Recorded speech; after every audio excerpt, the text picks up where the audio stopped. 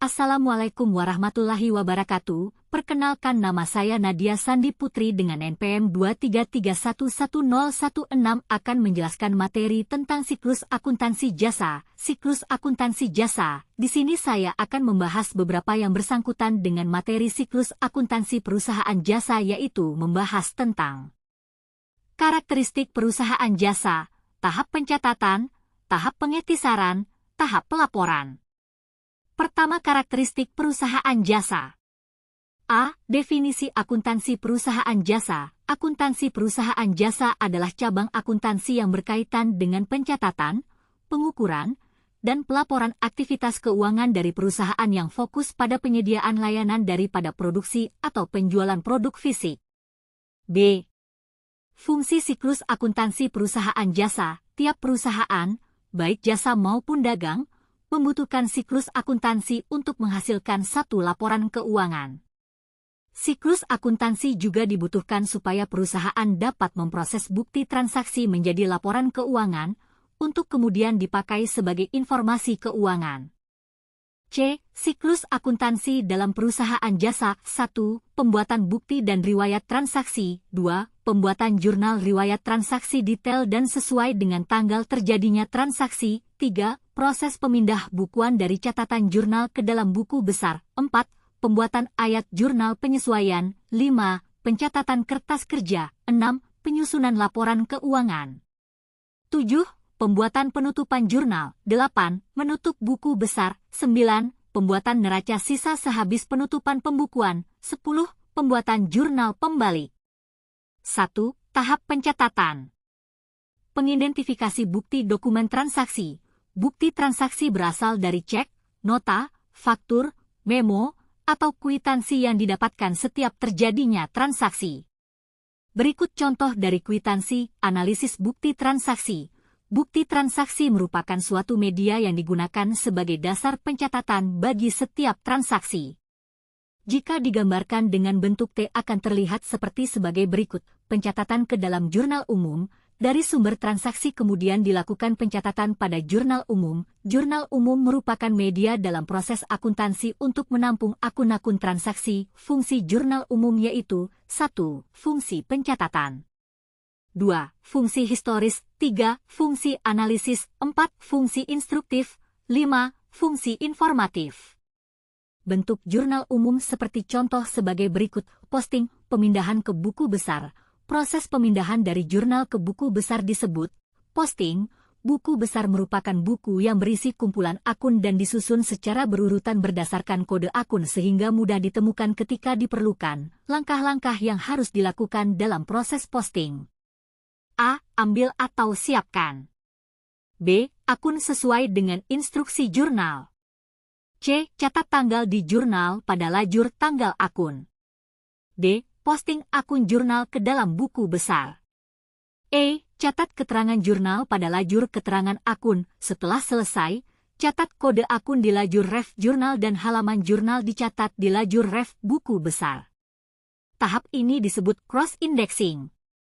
2. Tahap pengitisaran atau penyesuaian. Penyusunan neraca saldo. Data yang digunakan untuk menyusun neraca saldo ini dari saldo sementara yang ada pada buku besar. Neraca saldo merupakan langkah awal untuk menyusun kertas kerja. Neraca saldo adalah daftar yang memuat seluruh saldo dari akun-akun yang terdapat dalam buku besar. Contoh dari bentuk neraca saldo. Ayat jurnal penyesuaian.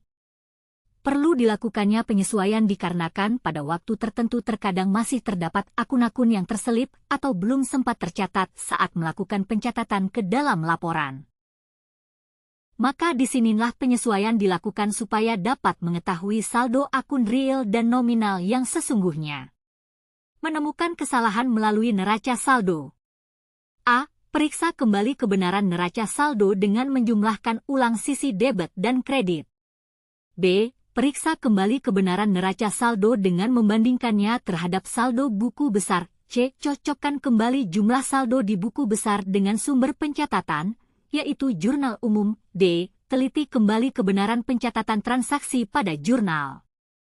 membuat neraca saldo disesuaikan. Setelah melakukan penyesuaian atas transaksi yang terjadi, maka selanjutnya disusun neraca saldo yang telah disesuaikan untuk melanjutkan proses penyusunan kertas kerja. Bentuk neraca saldo disesuaikan. Pembuatan kertas kerja neraca lajur. Kertas kerja adalah alat bantu yang dapat digunakan untuk menyusun laporan keuangan dari transaksi yang terjadi dalam perusahaan selama satu periode akuntansi. Bentuk kertas kerja neraca lajur. 3. Tahap pelaporan. Pembuatan laporan keuangan. 1. Penyusunan laporan keuangan. 2. Laporan perubahan ekuitas. 3. Neraca laporan arus kas. Jurnal penutup. Pengertian jurnal penutup dibuat pada akhir periode akuntansi untuk menutup akun-akun laporan laba rugi dan akun prive dalam laporan perubahan ekuitas. 2. Langkah-langkah membuat jurnal penutup. A. Memindahkan saldo akun-akun beban ke akun ikhtisar laba rugi dengan mendebet saldo akun ikhtisar laba rugi dan mengkredit saldo akun beban. B. Memindahkan saldo akun pendapatan ke akun ikhtisar laba rugi dengan mendebet saldo akun pendapatan dan mengkredit saldo akun ikhtisar laba rugi. C. Saldo akun ikhtisar laba rugi dipindahkan dengan memerhatikan bentuk perusahaan. D. Saldo akun prive dipindahkan ke akun modal. Berikut contoh bentuk jurnal penutup. Laporan perubahan ekuitas. Laporan perubahan ekuitas merupakan laporan keuangan yang secara sistematis menyajikan informasi tentang perubahan ekuitas perusahaan akibat operasi perusahaan dan transaksi dengan pemilik pada satu periode akuntansi tertentu. Laporan ini terdiri dari modal awal, laba bersih, rugi yang dialami perusahaan, prive, modal akhir. Berikut contoh bentuk laporan perubahan ekuitas. Menutup buku besar neraca saldo setelah penutupan. A. Akun terbuka, open account, meliputi akun-akun real atau akun neraca. Dan B. Akun tak bersaldo, closed account, meliputi akun-akun nominal. Neraca saldo setelah penutupan. Neraca saldo setelah penutupan dibuat dengan mencantumkan saldo-saldo akun terbuka. Berikut contoh bentuk neraca saldo setelah penutupan. Laporan arus kas pembalik berisikan terkait informasi tentang penerimaan dan pengeluaran kas yang terjadi dalam perusahaan dalam periode tertentu. Tujuan pembuatan jurnal pembalik adalah untuk memudahkan pencatatan transaksi pada awal periode pelaporan berikutnya.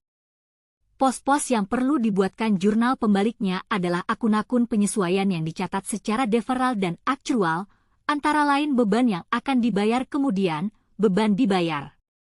Di muka, pendapatan yang masih harus diterima, dan pendapatan diterima di muka.